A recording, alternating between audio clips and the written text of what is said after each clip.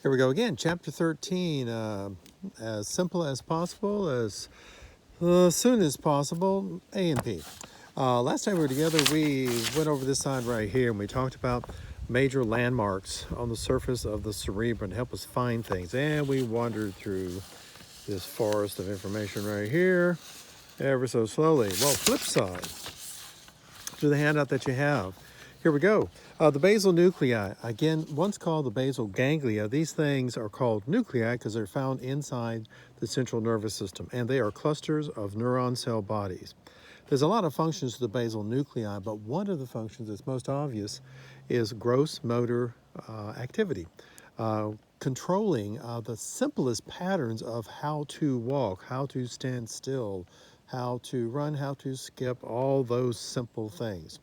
With Parkinson's, what's going on is the level of dopamine in this area may be reduced, and a person may not have an innate understanding of how to walk, how to run, how to stand still, and they have to use their cerebrum to try to control their body.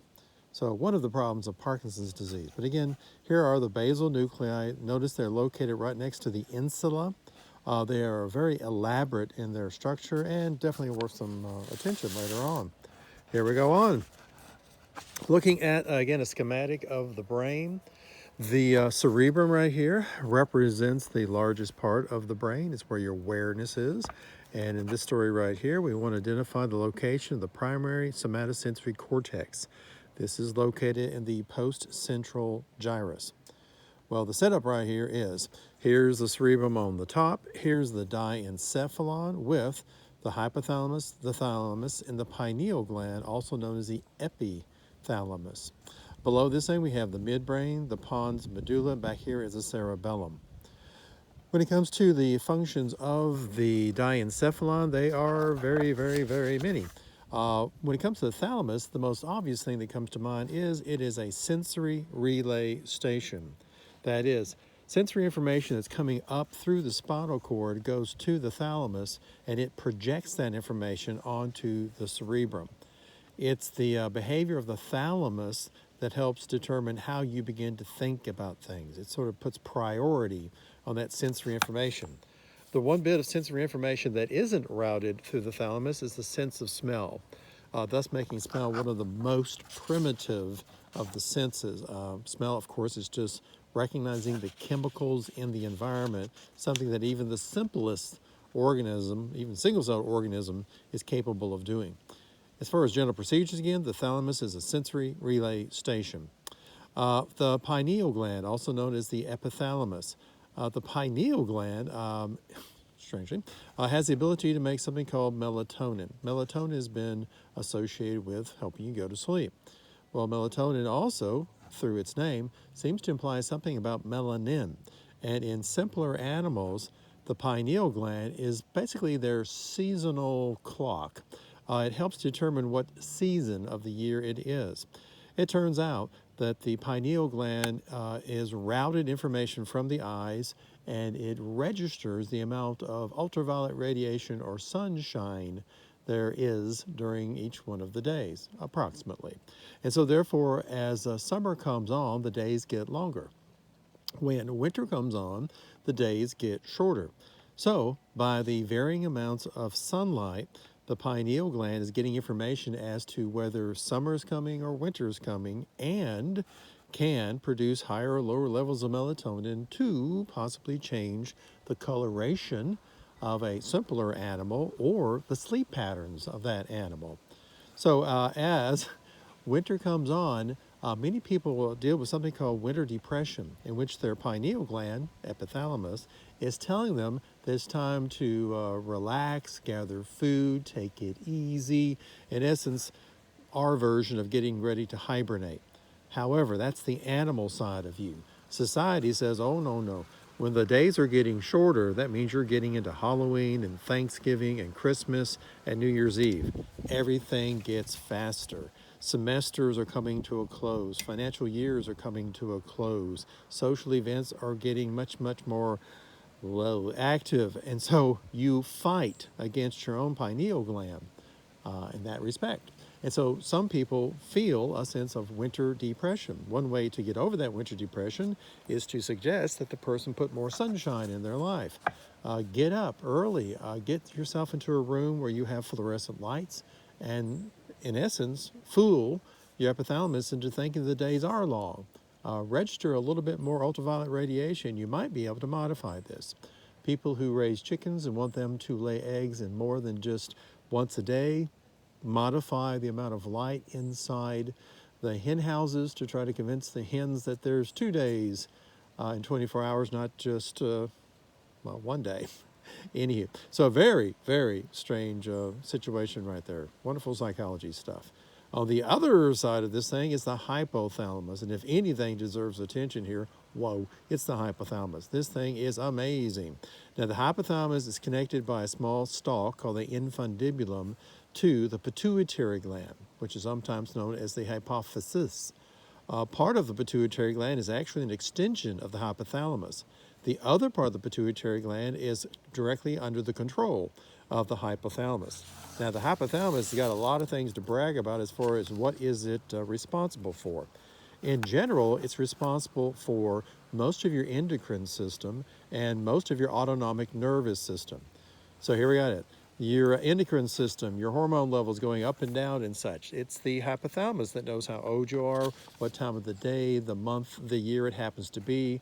It can prompt or inhibit hormone production accordingly. Your sympathetic and parasympathetic divisions of your autonomic nervous system are under the control of the hypothalamus. So this has a lot to do with how you physiologically react to the world and things going on around you. With that in mind, there is an emotional center inside your hypothalamus, beyond the limbic system. And this emotional center helps determine whether you have a sunny outlook or a pessimistic outlook. A tumor or some kind of a clot, aneurysm in this spot right here might turn on an emotion that's perfectly irrational, but you're out of control. Again, push a button down here and an emotion may turn on that is completely against your intellectual analysis of something, but it doesn't matter. This thing right here dominates. Also in here is your body temperature is being regulated in your hypothalamus. Hypothalamus is judging the temperature of your blood. If your blood is cooler than it thinks it should be, it'll get you to shiver, to rev up some heat. If your blood is warmer than it thinks it should be, it can cause you to sweat, to release some of that heat. This is where fevers originate right here. Hunger and thirst also originate inside the hypothalamus. Judging the water level, judging the nutrient level of your blood, it determines whether you're physiologically hungry or physiologically thirsty, as opposed to just mentally hungry or thirsty. So you might look at a commercial with chocolate cake on it and think, boy, am I hungry, but in truth, the chemistry doesn't support the thing. So these are the areas right here that you have to satisfy when you eat or drink something. It will determine if you've done an adequate job or not. By the way, it does take time for food material and liquid to get from your stomach and small intestine to your bloodstream and to your brain. So just because you ate something, put it inside your mouth, doesn't mean your brain really knows what's going on yet. That material has to be broken down and absorbed into your bloodstream before the hypothalamus will give you credit for having done that. Therefore, some people know that you might want to eat something about 15 minutes before you choose what you're going to get on a menu, because you may come in as hungry as a horse. However, if you eat a little appetizer, 15 minutes later, your hypothalamus may not be so anxious.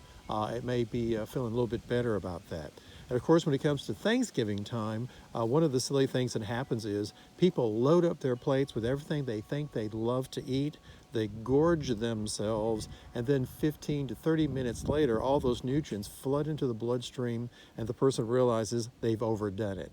Then when they look at the idea of another piece of food, they're almost nauseated by it. This is the area, by the way, where a person who's anorexic has trained this part to expect less and less nutrients, and so therefore they have that same kind of feeling. They become nauseated at the thought of a high level of nutrients, but they train this area right here to expect an incredibly low level. So For somebody who's anorexic towards the latter stages and such, to them, the idea of eating like one donut is like for you thinking about eating one entire cake. So this is the area right here that an anorexic trains to accept not having the food inside their system and not being hungry. So much more to be said about that. Likewise over here, if somebody is just parched and they could drink a gallon of water, don't let them. Give them a glass of water, give them a little bit of time to let it sort of settle in their system, and then allow them to drink water. They'll be satisfied much better.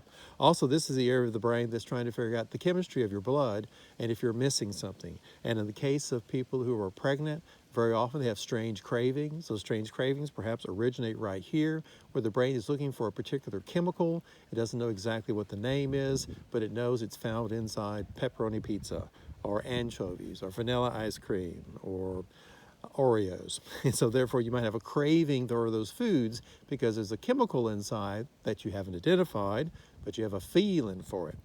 Down here also your circadian rhythm, which means your 24-hour rhythm is being dictated by your hypothalamus. Not just your life rhythm up here, but also your daily rhythm. And again, remember the word circadian refers to your body clock, what you do through the day. Circa, around, and dia, day.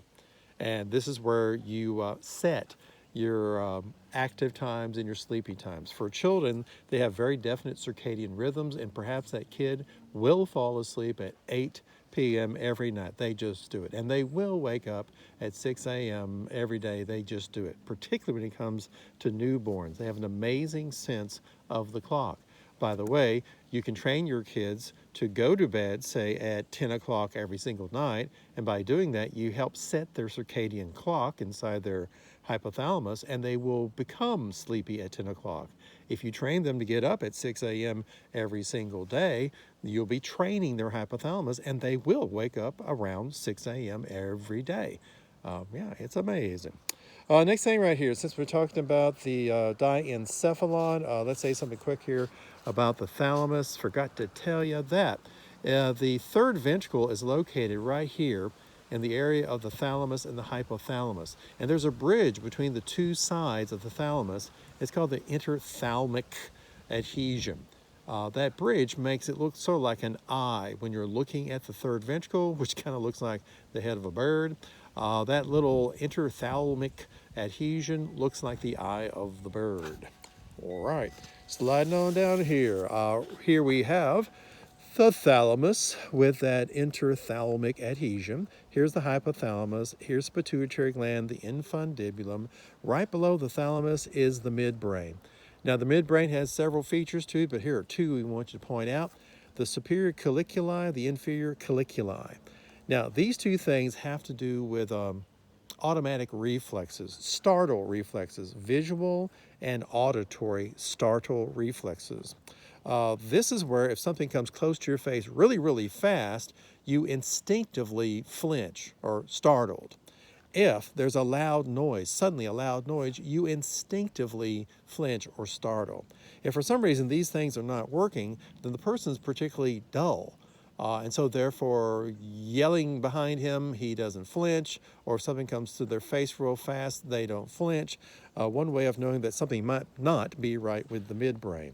Below the midbrain is the pons, and the word pons means bridge. It's the bridge between all the central nervous system structures above, the medulla and spinal cord below, and the cerebellum in the back. Again, pons means bridge. And it looks a little bit like a potbelly here to that strange-looking bird. Below that thing is the medulla, and the medulla has many unique features, two of which are the pyramids. These pyramids look sort of like raised ridges, like skids on the front of the medulla oblongata. These things have motor axons running down through them, and they're heading down towards the skeletal muscles.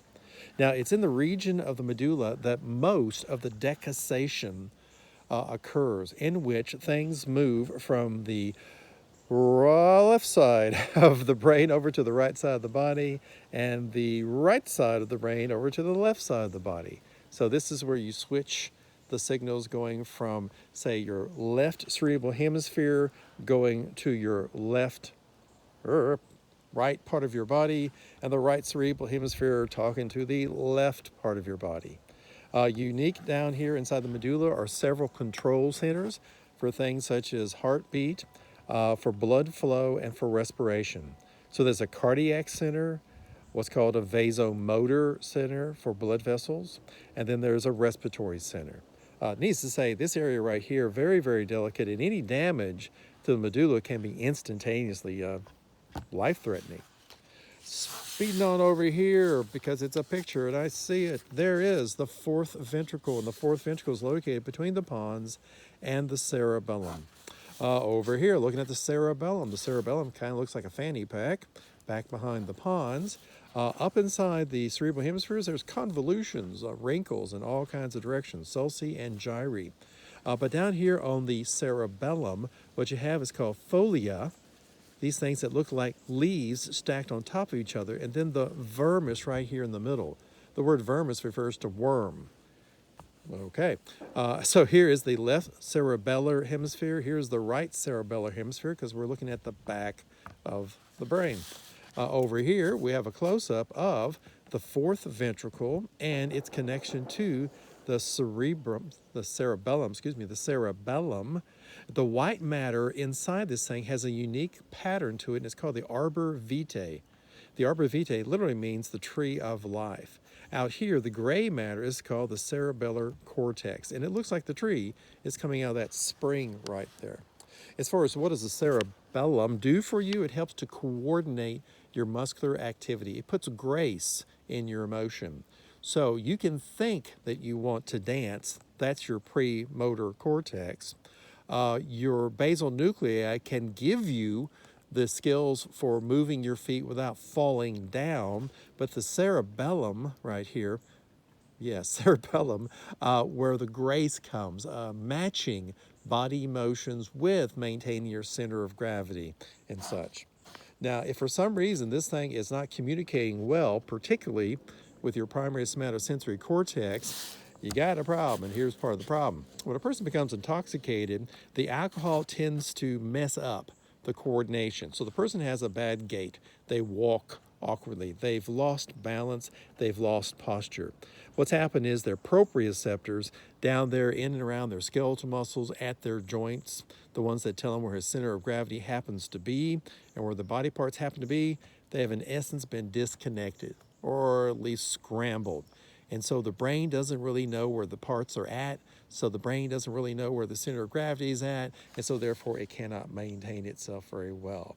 In words over here, again, the cerebellum basically coordinates fine motor patterns for skeletal muscle activity. Good place to stop.